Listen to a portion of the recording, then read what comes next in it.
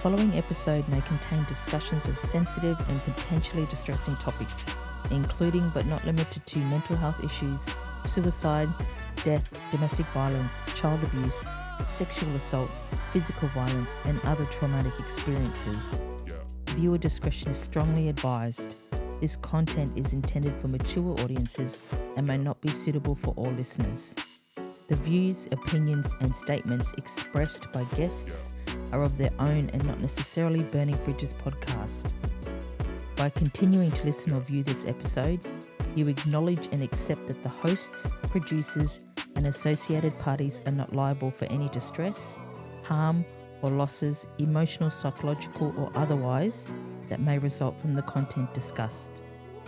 This podcast is for informational purposes only and does not constitute professional advice, diagnosis, or treatment. If you or someone you know is in crisis and needs help now, call 000 within Australia or Lifeline on 131114 24 hours a day, 7 days a week. We're here talking to Rado Trenciansky. We're so happy for you to come here and to be here. Thank you. It's a pleasure. Thank you for having me. Thank you for coming. It's a wonderful mission and a purpose. I commend you for this. Well done. Yeah. Thank you. We appreciate that. We really do. Where are you from and where did you grow up? I was born in former Czechoslovakia. So it's now separate Czech Republic and Slovakia. So pretty much geographically it's Central Europe. Grew up in a beautiful area, green, like mountains, eastern part of Slovakia. So really a happy childhood, always outside, as you know, probably same generation. Yes. Not like these days for younger kids, but loved it. Like absolutely loved my childhood growing up. We had it's actually my parents still live there to this day. Settlement of 30 houses near old mining town called Gelnica, Eastern Slovakia. Wow. And what were you like as a kid growing up? Well, just as everybody else, I guess. Going out, I have older brother and younger sister, so we would always be outside and just staying as much as we could. And then we would be told, "Oh, just come back when it gets dark." So we overstayed, get a few discipline tactics from parents, of course. But so you had both your parents growing up? Yes, yeah, it was like I love mushroom picking, and then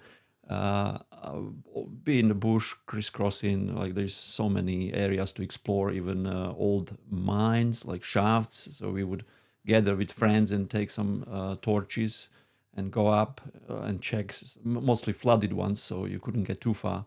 Even we made canoes so you can actually go on the water further in underground. So sometimes pretty scary because there is a lot of old mines.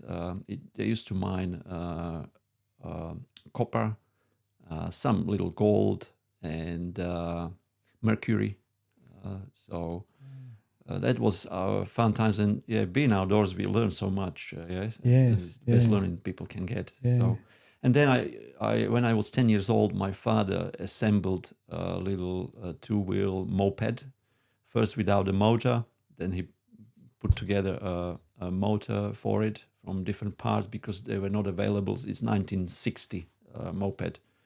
So that's how I found my freedom, being able to ride around from 10 years onwards, from 10 years old, through the bush and everywhere, just explore every petrol I could get, and off I went, to the bush, explore. Grateful to my father for actually teaching me, because as a kid, I would observe him in his workshop, just to see his skills and just learning from him the nuts and bolts things. What type of work did your parents do? My parents, my father spent most of his life in the forest, like as a forester. And then as he was, in later years, he was in charge of all the machinery for the forestry industry. So always wearing green. I like the green color. And my mom, she was doing accounts for like a supplier of whole foods and pretty much grocery stores. Accounts. first manually, then on a computer. So I'm also grateful that especially my mom picked up the internet things and Skype and communication. So even my parents are like 78 and roughly about 78. So they picked up some skills, so I could communicate with them because I was living overseas. I went to England to learn English in 1997, so it's been good. Parents to keep in touch online. So that's my parents. And what's an earliest memory of your childhood that stands out to you, like something that you always look back to? That sort of freedom to go anywhere and with friends, trips here and there. We have a lot of cottages in the bush because there is a lot of wildlife, and that my father has been involved from all his life pretty much in hunting, so game, meat, but it's another. So pretty much looking after the wildlife in the forest. So I would go in winter and help him feed wildlife with the backpack, or we would carry hay and grains and apples or whatever leftovers to feed wildlife, so they could actually then hunt in season. So those times with my father, always being around him and learning from him, and of course with my mom in the garden, helping them, even though I couldn't appreciate it back then. Yes. What I had to do and learn, and now I came to Australia and I had to relearn for completely opposite seasons and everything. So it is opposite seasons, isn't it? Yes. Over to here. Yeah, so we have the coldest months coming up, and they have hot summer coming up, or spring now, but then summer. So exactly reversed. And how long were you in England learning English? How many years were you living there? It was 1996 that I decided, well, the industry of Slovakia was relying on engineering products and machinery, even tanks, military tanks. And that industry was slowing down. And I started working as a draftsman in AutoCAD on a computer. It was good for a while, but then I realized it wasn't going anywhere. I plateaued in what I was doing there. So I thought, okay, a friend of mine was looking after kids in England as an au pair or babysitter. So I said, okay, I'm ready. I'm coming up. I'll swap ya.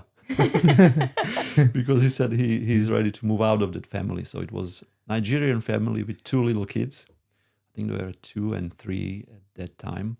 And I was looking after them for about 9 months while learning English in the evening classes. And that was fun. And then I moved out, found a job, and kept going on my own. So England was good. Most of my friends who I had there, they left. And I thought, okay, it's time. My father had his first heart attack, just before the end of my days in England. I thought, okay, I'll come home. And I spent some time with my parents, and then got employed in the same area where I worked before England. But of course, businesses moved on and did other things. I lasted about 6 months, and I'm like, I don't feel like settling down. I was about 23. So I thought, okay, how far can I go from Europe? As far as I can. And Australia was it. Wow. And I came as a student. And I met an Englishman on the plane, and he says, once you get used to it, you will never leave. I had visas for 2 years. And he was right, I guess. Your turning point for change in how you wanted to move on and stuff like that, what kind of made you move away from your country? And was there anything to do with your passions or work or?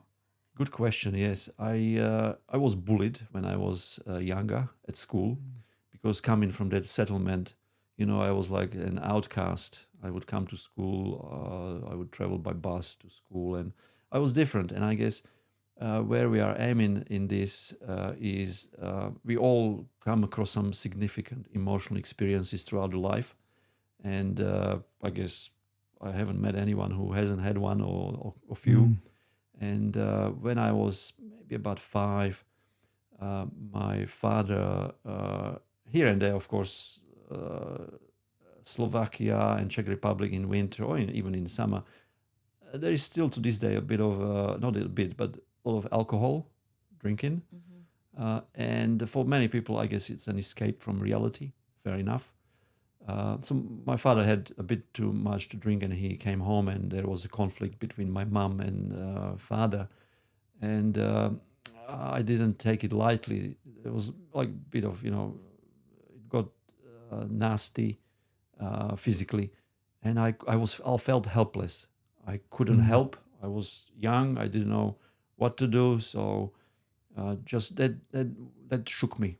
And because I couldn't help, it stayed as a trauma.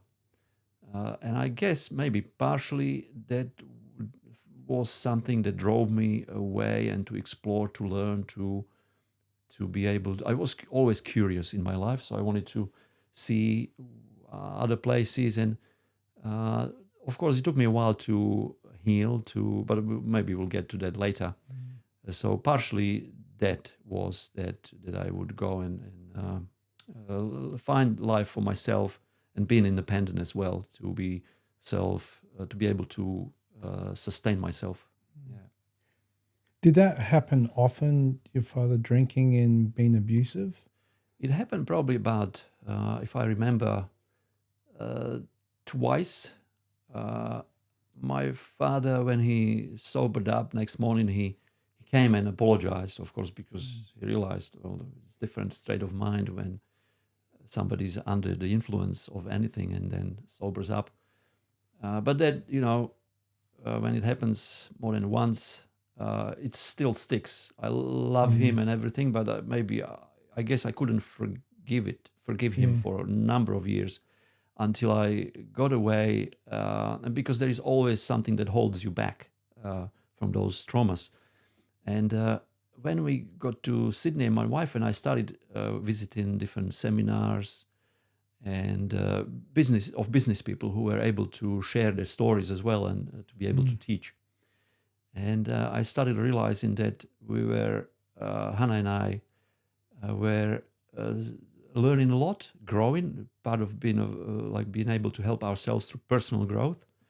And I was able to forgive my father, but it wasn't until about 2008 in Sydney at a big event, which was based on neuro-linguistic programming, NLP, which is kind of like a modern-day psychology that observes patterns and programs that we run in our minds and is actually turning them into positive habits that help us and are beneficial to us.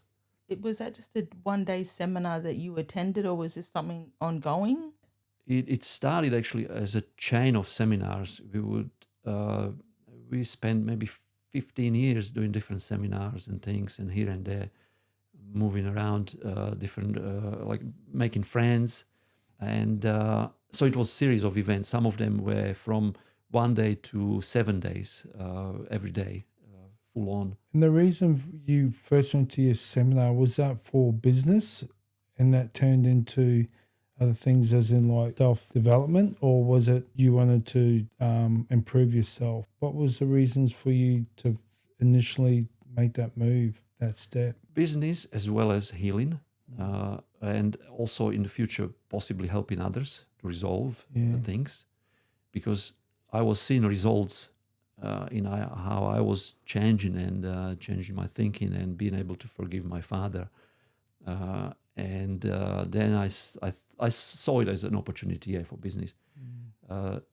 So I did benefit in many ways to this day. It shaped me who I am and helped a lot.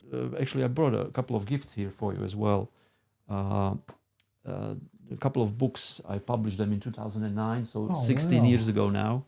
And I would credit this to all the work that has been done through those business seminars and things.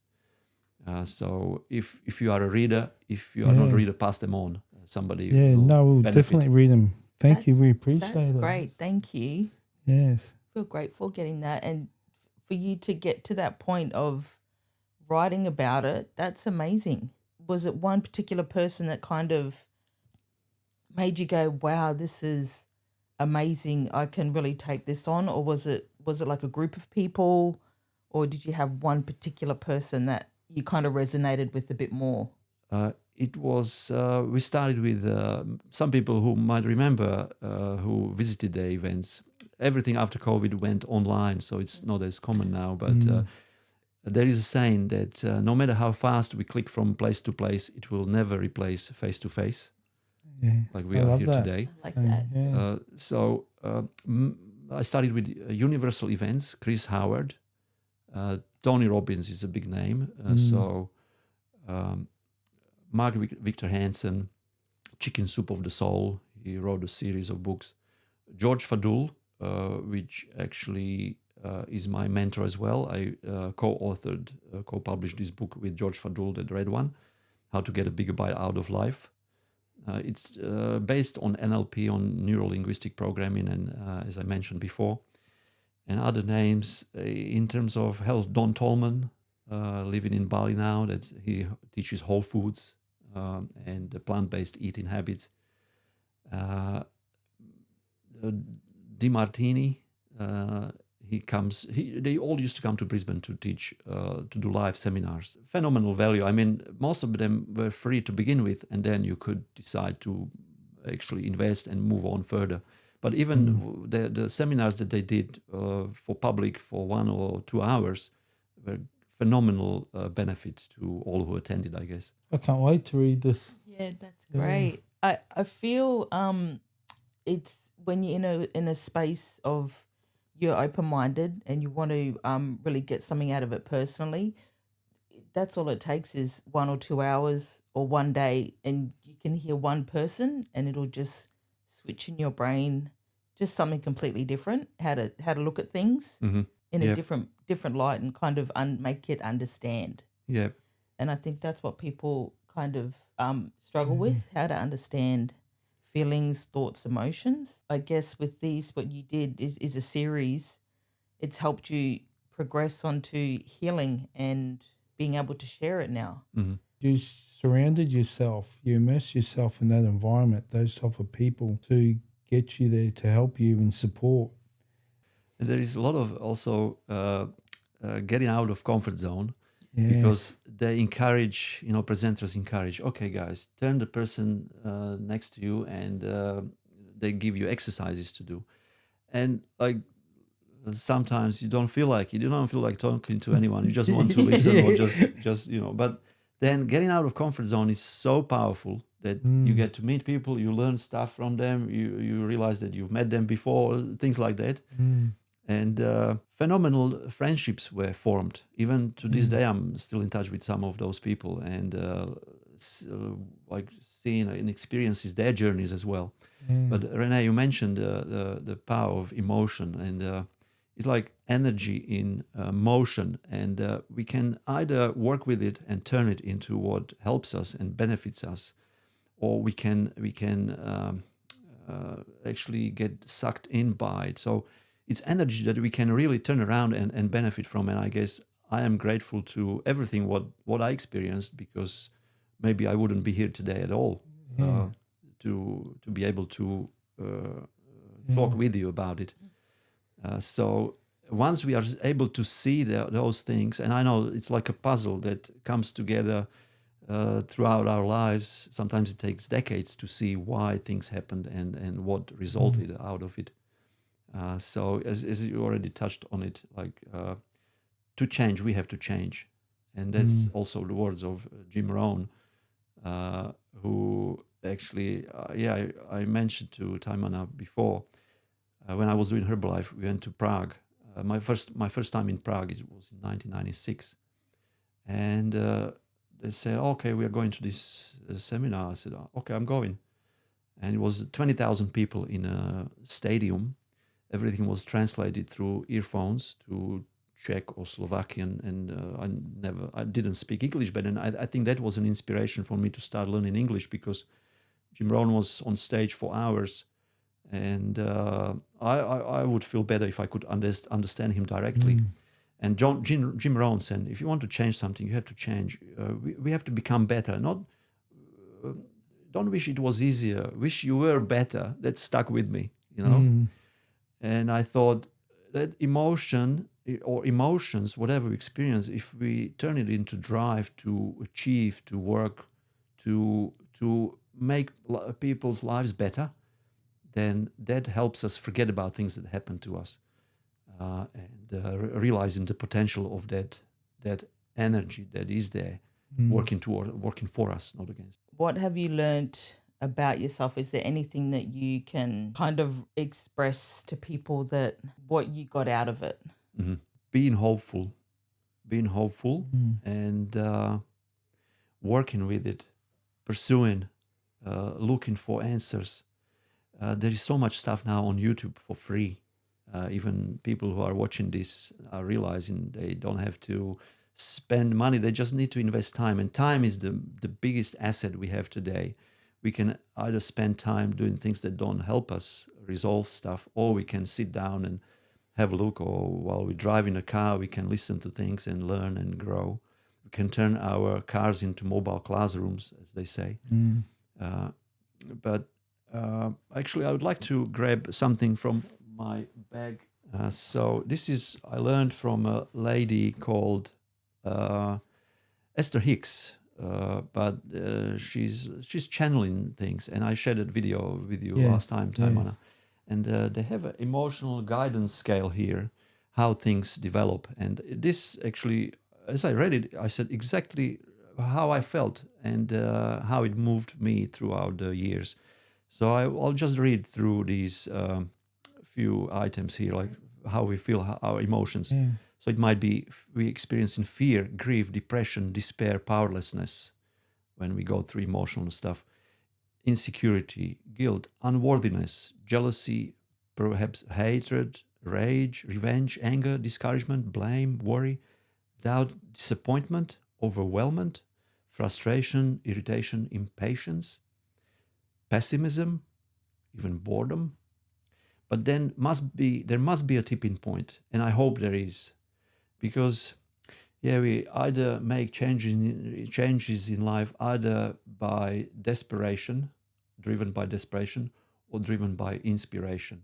And I hope that people who are watching or listening to our the discussion here today are driven by inspiration. And I guess perhaps that's the goal of these talks that we are doing, guys. That tipping point will come, no doubt, if we are able to put in some effort and search and listen to people, like being inspired by their stories, I guess. Tipping point, and then comes contentment, hopefulness, optimism, positive expectation, belief, enthusiasm, eagerness, happiness, passion, freedom, love, appreciation, joy, knowledge, and empowerment. And so those things resonated very well with me, and I hope it's helpful. Thank you so much for sharing that. And how you explained all of that, you see that everything is a process. So you've got to start here with your aspiration, and then you got to move to the next stage or the next process of it. It's, you just got to go through that process to like get to that happiness at the end where you want to be. And that comes all within. You've got to do the work for it to happen. You can't just wish it for it to happen. You've got to have things like that show you the process and the steps and follow it. Because people want to get from here to here, but you need to do the work in between.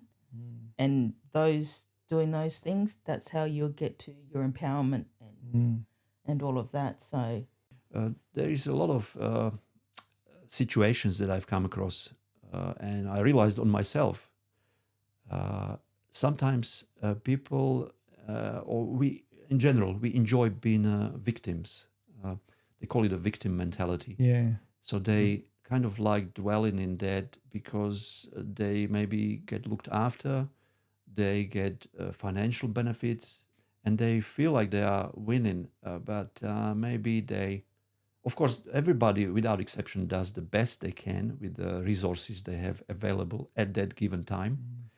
And things that are said today may not be true tomorrow. So it's that willingness to admit that we can do best tomorrow again and try again every morning is an opportunity for a great day, as they say. So working on it and just switching our thoughts. It's like some people are still around Windows 95 on their computers. Yeah, and it's 2025. Yeah. So willingness to update. Okay, we have, as I said, I'm so grateful to all the technology and internet and Wi-Fi everywhere now, so we can connect and search and look for truth. But I don't want to say have to. I mean, it's optional. We don't have to, unless some people really have to hit the rock bottom to be able to turn around and realize, okay, this hasn't been serving me for so long. I need to do something different, because as they say, doing the same thing and expecting a different result is called what? Insanity. Insanity, yes. Yeah. So it pays off to kind of look at it from a different angle and change in perspective of things. That's right. Yeah. And when people have that victim mentality and they can't do that, and they can hit rock bottom and still be in the same space, I feel that's within. Nobody else can help you out of that. That's right. You need to realize yourself. Yeah, you need to change your mindset. You need to change your mindset. And I know people just find it so hard to change your mindset, but going back to those steps in the process that Esther Hicks read out earlier, it's following the process to help you move forward, to change your mindset. Surround yourself with the right people, a product of your environment. Mm-hmm. You know, your brain adapts to your environment. With those things, if you're in a negative environment, that's where you live, and you need to change. If you want change, you need to change. Surround yourself with different people. Even if it means cutting ties with family members and whoever is sucking energy out of that 100%. Person. Burn those bridges. Exactly right. And that's probably one of the reasons, like, okay, I know it may be not easy or not possible for everyone, but just move the country, just pack and go. Yeah. That sounds wonderful. And so, are there boundaries or practices that you've put in place to keep your peace? Yes. I learned that if there are some connections that are not serving me, I let them go. Because you know yourself, or we know all, that once we speak to somebody who's just, after that conversation, you feel tired and you just feel, oh God, why? You know that it's that gut feeling telling you, okay, maybe I will not respond anymore, or you just let them go and connect exactly with like-minded people. But I'd like to touch base on that law of attraction, which there was a book, Secret, that came out, published in Australia, and there were speakers from all around the world. One of them was Dr. John DeMartini, and there were all others. But what stood out from those teachings from law of attractions, which the Secret was based on, but there was some clash between the publisher and Esther Hicks or Abraham, that those things were left out of the book of the Secret. So I'd like to mention them as well. What we think about is what we bring about, or what where energy goes, where attention goes, energy flows.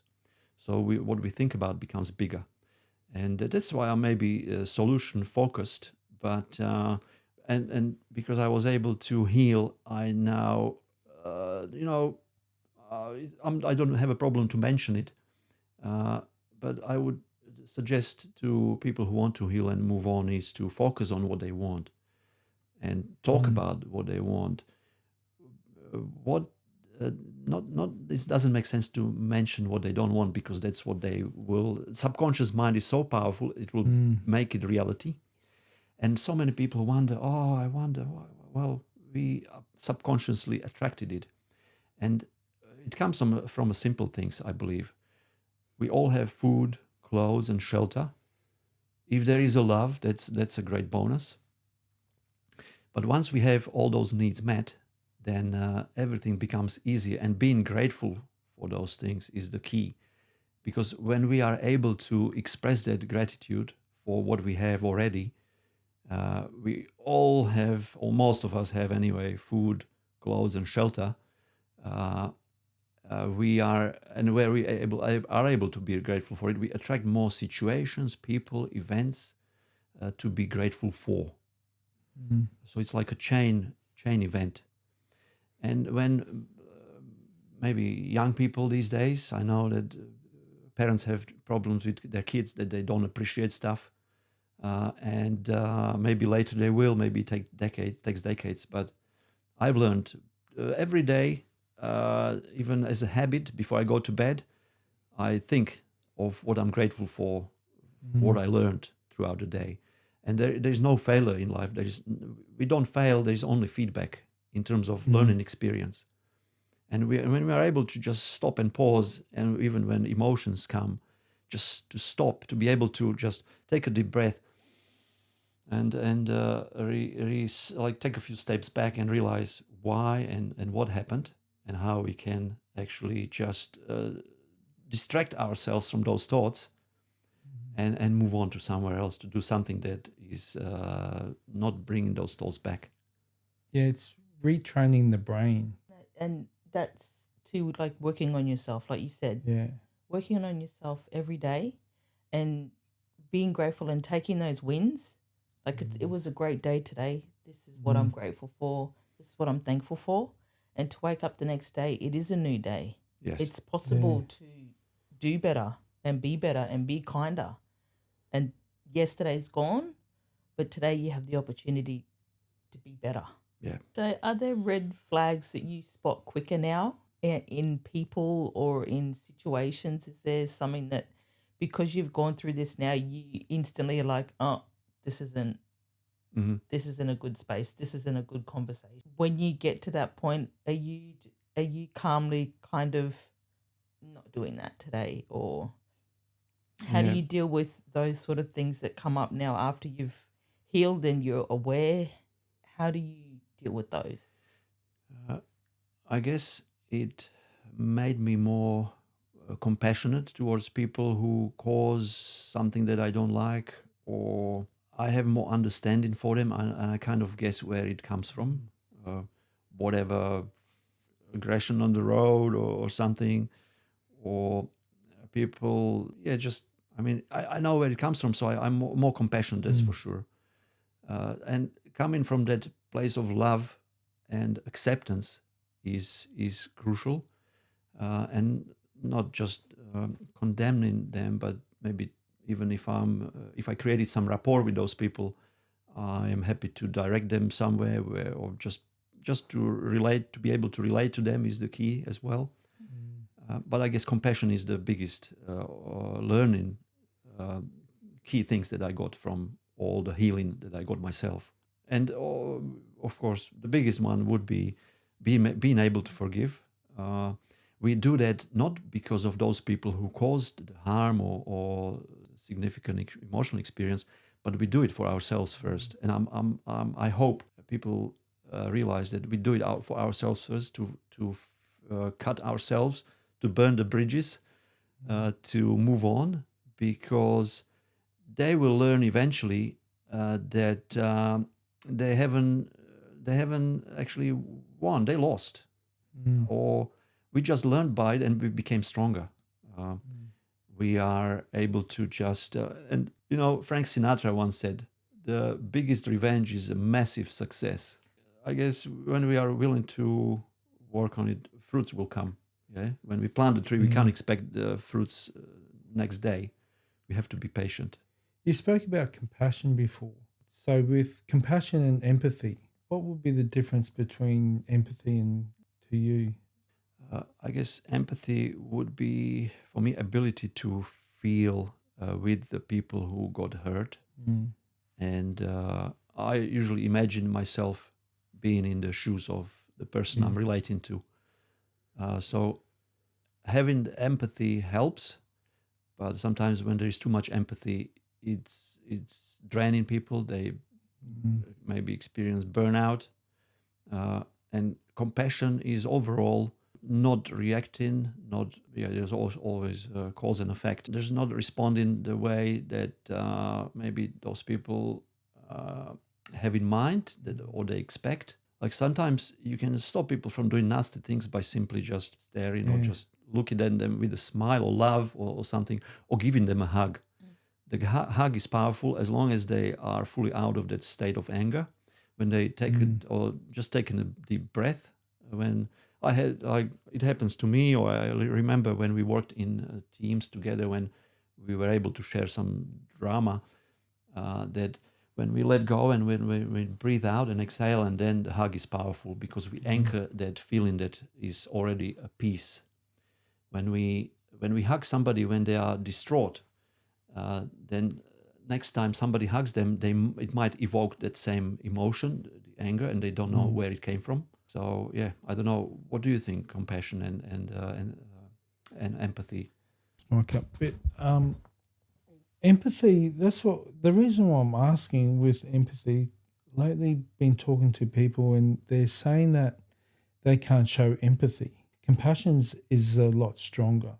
You're showing more. You're showing it. Whereas empathy's more can be cold with empathy, but compassion is something that you actually show to someone rather than just say. Like for me, it's more so what advice could I give to someone how they can show empathy, and then from that it will show compassion. I guess you're right. Empathy comes first, and then compassion fills in. That's and Renee, what would be your take? I think it'd be the same because empathy, I feel, is an action, is a thought, sorry, and compassion is an action. Action, yeah. So I feel to think it and then to do it. So I feel you can't do one without the other. And it's hard for people to have that because they don't know how to put themselves in other people's shoes. And that's exactly what I said to these people when they say that. It's having to put yourself in their shoes. A book that I've been reading lately is you sent it to me, the boy who was raised as a dog, by Dr. Bruce Perry. He explains in that the theory of mind, which is putting yourself in the other person's shoes. And then from that is showing empathy, having empathy and showing compassion. So there, I just answered my own question. Thank you. Thank you. I have a better understanding of it myself. How do you think someone can be there for somebody who's going through trauma without overstepping? Very good question, because everybody relates to something else. I personally like watching videos. For example, my wife prefers reading because she can create her own visualization in her mind. I would probably try to find out if they spend time online, if they have access to internet and YouTube, and if they would be willing to, I'll just send them a link. I'm a link guy, I don't know. But then also letting them know that I'm willing to actually listen to them and hear their story. I'm there for them. Of course, sometimes when people just back to that victim mentality, it's good to actually realize when there is enough time you've given them, not risking to be drained. And sometimes, when we did the seminars, we were taught to imagine like a perspex or a glass in between the person on the other side and us, so we feel disassociated or disconnected from it. Because I also sometimes think of people who do therapies, psychologists, psychiatrists, who actually, people offload stuff on them and how they deal with all that. I know a good friend of mine, she is also she does therapies, she's a psychiatrist, and she deals with it so well. She's very well at what she does, so she doesn't take anything on board. But just gentle nudges, not to push hard, because they have to realize they need to be ready to make some change. Nobody can make it for them. What would you say to your younger self if they were listening to this right now? Yeah, so if I imagine that 5-year-old Rado there, I would say to him, you are loved and this will be okay. And there is an Indian saying, everything is going to be okay in the end. And if it's not okay, it's not the end yet. Powerful. It's from a movie, Slumdog Millionaire. Yeah, I've seen that. Yes. I love that movie. Yeah. Mm-hmm. So real and touching at the same time. Yes. Yeah. I have to watch it again. And how are you doing today? Life is wonderful. I'm very grateful for the opportunity in this country, far away from home. The weather was the main factor for me when I came to Australia, I guess, and the fact that I could ride bike all year round without cold. I like my life, and this year turning 50, my wife and I, we decided that we like traveling when we are not working and seeing places, and we realized, okay, half century, and to celebrate something, to reward ourselves, because sometimes we get caught up responsibilities and things what we love doing, but even when we love doing stuff, it's good to take a break and pause and reflect, go away and rearrange and rethink stuff and come back to it. Life is great. Thank you for asking. Yeah, that's good. In closing, is there anything you want to leave the listeners with? Is there a reminder, a message, a bit of hope? And if people want to contact you or with your business too, give your business a plug. Yes. Yeah. It's freedomontwowheels.com, freedomon2wheels.com. And I just found passion in motorbikes and scooters, and it took decades for me to realize what my purpose is and what I love doing. And the message to the people, when you are ready, there is a lot of help around us. We can choose. It's so easy to choose what resonates with us. Keep pursuing. There is a light at the end of this tunnel, and I know it takes some work and courage. Cut the ties if you have to. The right people will come to your life and come out and play outdoors. We need vitamin D, and sun is a giver of life. It will never take your life. It will give you energy and strength to move on. And know that there is a grand organizing design or higher consciousness that created this world that will show you that you are loved and accepted and appreciated. Maybe even in the morning when you look into the mirror in the bathroom, you just connect with yourself in the mirror. And what worked for me as well was, I remember I'm like saying, looking directly, staring into your own eyes in the mirror and saying, I'm sorry, forgive me, I love you, thank you. Just simple words that actually, maybe the biggest forgiveness we can give to ourselves is forgiving ourselves, because we are our own, the worst own critics. Yes. And we beat ourselves a lot, punishing ourselves. We don't even realize, but when we are able to forgive ourselves first, then to forgive everybody else will be so easy, I believe. Yes. Well, thank you so much, Rado. You've come in here sharing your story with us and what you're doing. Thank you for these books. Really appreciate that. Yeah, I love the work you're doing, what you've done, get where you are today. Thank you from the bottom of my heart for coming here, being with us. Thank you for your time, and I appreciate what you are doing. Thank you. Yes. Very inspiration. Appreciate you. Thank you. Love to you both. Thank you.